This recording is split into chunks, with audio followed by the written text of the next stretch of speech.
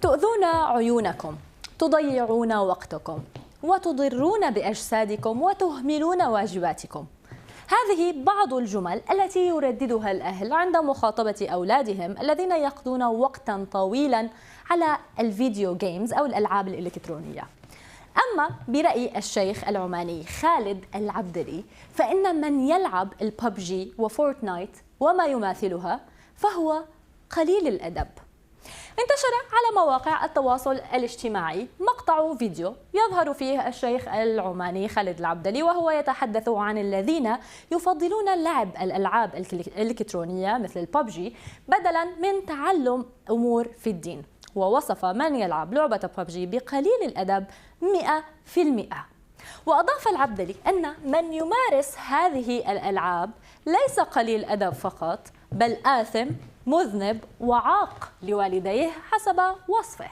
لنشاهد. يبقى ببجي ما يبي يتعلم قرآن، تعال تعلم ولدي.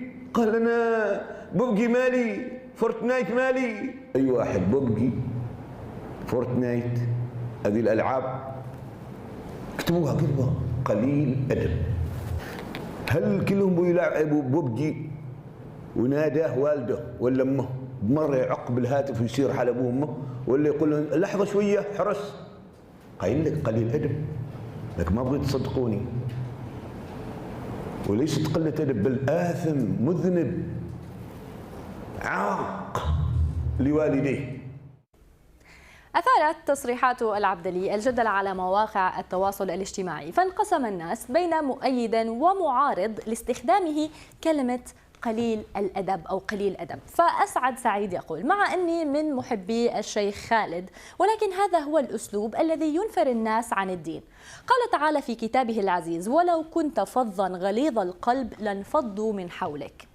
أما محمد فيعلق بالقول: دكتور، ما نختلف على أن الببجي دمار ومصيبة ومفروض تنحظر، لكن أن تعمم على كل من لعب هذه اللعبة بقليل أدب، هنا الصراحة ما توفقت.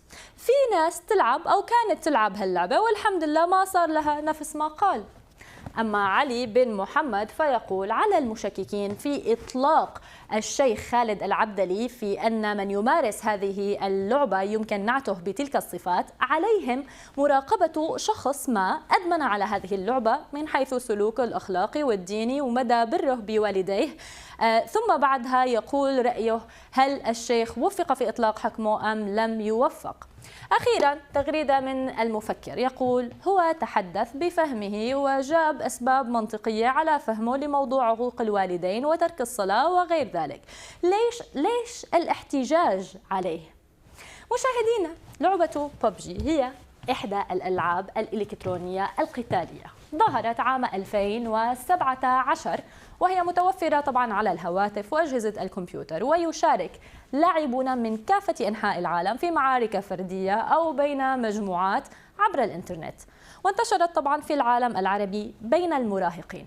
ولكن في عام 2020 أصدر مركز الأزهر العالمي للفتوى الإلكترونية بيانا كرر فيه تأكيده على تحريم كافة الألعاب الإلكترونية التي تدعو للعنف أو تحتوي على أفكار خاطئة يقصد من خلالها تشويه العقيدة أو الشريعة وازدراء الدين.